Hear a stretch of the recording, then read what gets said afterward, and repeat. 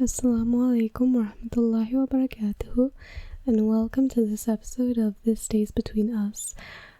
And what I really want to talk about is inadequacy. The kind of inadequacy that comes from when you make dua for something and it doesn't happen, at least not straight away, and in that waiting period where you're kind of in that state of anxiety as to will this dua be accepted, will it not be, you feel almost inadequate and as if you shouldn't have asked, which is not a good feeling to have because, we're meant to ask and Allah is the one who gives. He gives, He's the supreme provider, so we should ask, and yet there's that inadequacy that comes from asking for something and then feeling as if you don't deserve it, and hence you pull away because you think that you just don't deserve it, so why did you ask for it? And it's a really sad feeling, and I get it. I completely get it. So I thought that in order to resolve this sense of inadequacy or feeling ashamed of asking for a blessing, I thought I'd tell you a little story, and maybe it might help you to overcome that inadequacy of asking for something that you truly want. Being told that cup your hands and ask Allah from the very bottom of your heart is sometimes easier said than done, because you need to take off this mask that you wear and you need to be comfortable with being entirely vulnerable with the one who created you. You need to be comfortable with expressing whatever's plaguing your heart and your desperation for a solution. For example, you might be someone who's making dua for a righteous spouse, and maybe you grew up with your parents arguing all the time, and so all you want is to not repeat the same cycle.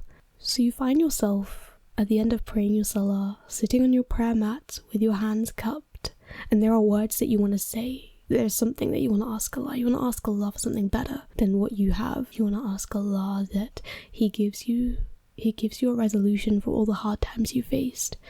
And you want to ask Allah to give you the kind of love that your parents didn't have for each other, so that your future kids don't grow up unhappy. And you're sitting there with all these things that you want to say to Allah, and here's the real thing that happens. Your mouth is closed because you're afraid of asking, and you feel inadequate to ask, because what if you don't get it? What if? These questions plague you, and you lose one of the most important things in that process. Two things, actually.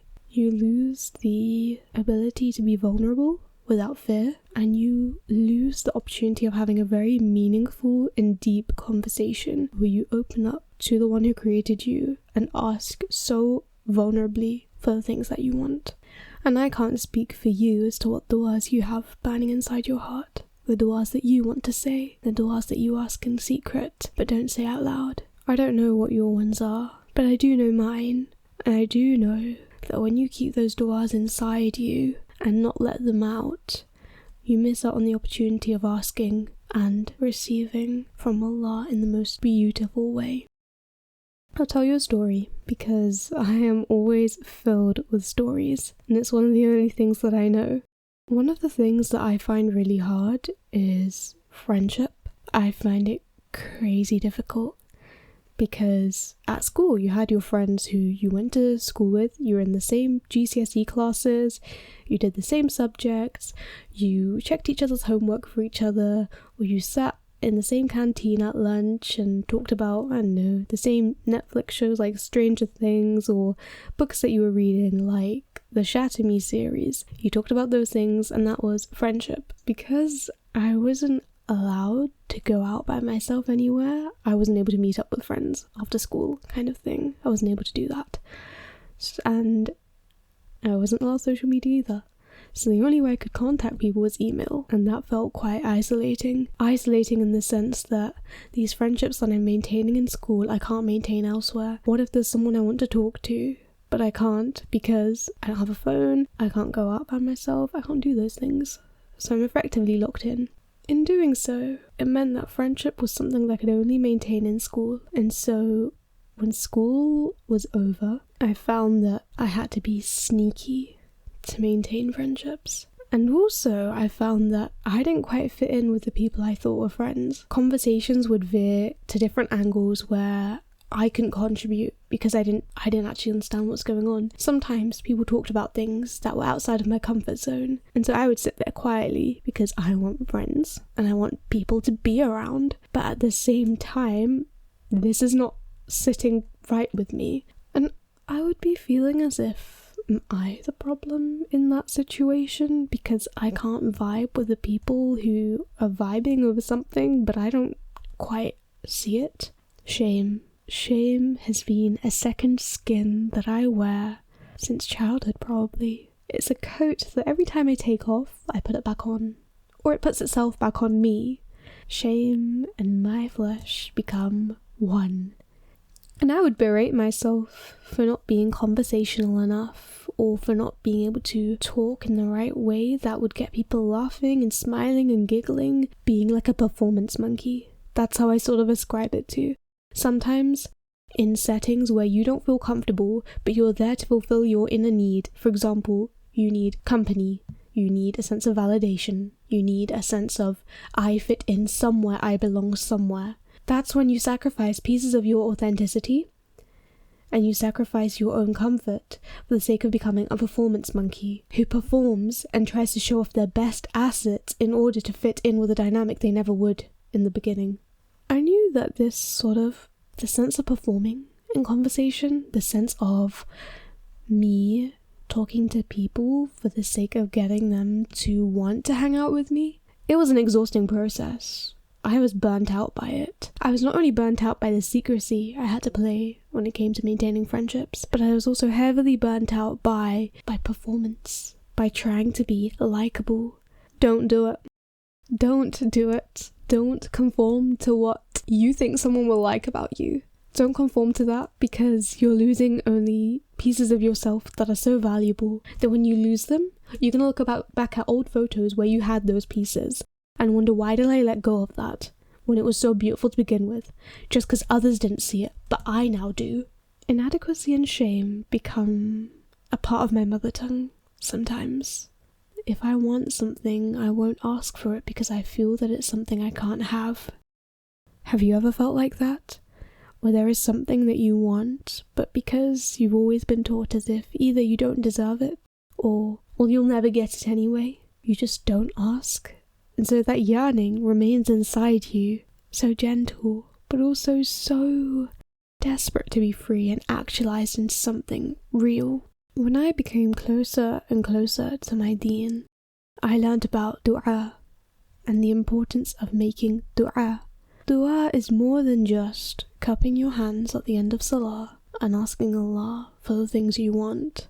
It's a private admission, a private opportunity to break down completely, because you know the person you're talking to, the one you are talking to, is the one who created you and will fix you, so you can be as broken as you need to be when having that conversation with Allah. And when I started learning that about Allah, it made it so much easier for me to remove that sense of inadequacy and shame when it came to asking for the things I wanted. A couple months ago, a friendship ended, and I was trying to fix it. I still was trying to fix it, even though maybe some things are meant to break. And I made dua during Sa'at al-Istijaba, which is, if you don't know, it's the last hour after Asr on a Friday, where duas get answered. And something in me crumbled when I thought about the friendships that I wanted to rescue and was trying to rescue, but wouldn't. Because the kind of friendship where I'm carrying it and the other person let go a long time ago but never told me. And I made dua for good friends and for the ache to go, for the ache to subside completely. It felt, I don't know how to describe it. You're alone in your room and you're crying to Allah because there is no one else who can actually fix what's going on. You're crying to the one who created you, who knows your pain more than you do. The kind of ugly crying where tears are stuck to your cheeks and your skin is burning from the saltiness of how much you've cried, and your throat keeps closing up, but you've got words to say. You've still got words to say, so you're pouring your heart out to the one who made you. And I wasn't just asking for good friends, I was asking for the ache to go. The ache of trying to rescue a friendship that wasn't meant to stay. And I felt as if I didn't deserve good friendships. The inadequacy was kicking in again. The inadequacy of asking for something that you do deserve. The inadequacy of asking for it and the shame of thinking, do I deserve it? Do I really deserve this blessing? Questioning yourself, going back and forth. When it's not you who gives, it's Allah who gives. It's Allah who decides, not you. But still I asked, and alhamdulillah, I cupped my hands and I asked for good friendship, because a good friend is always so hard to find. And you know, sometimes I think the definition of friendship has evolved over the years for me. When I was much younger, friendship was someone who could do different hairstyles on me. Friendship was someone who would lend me her makeup and we'd mess around before PE, you know, trying on different lipsticks or, you know, eyeliner for the first time, or the half up and half down pony style hair. I botched up my words there. But you know that kind of hairstyle that you do where it's half up and half down? You know, that's what I thought friendship was, spending time doing each other's hairstyles. And then as I grew older, friendship became someone who understands me, someone who I don't have to explain myself to.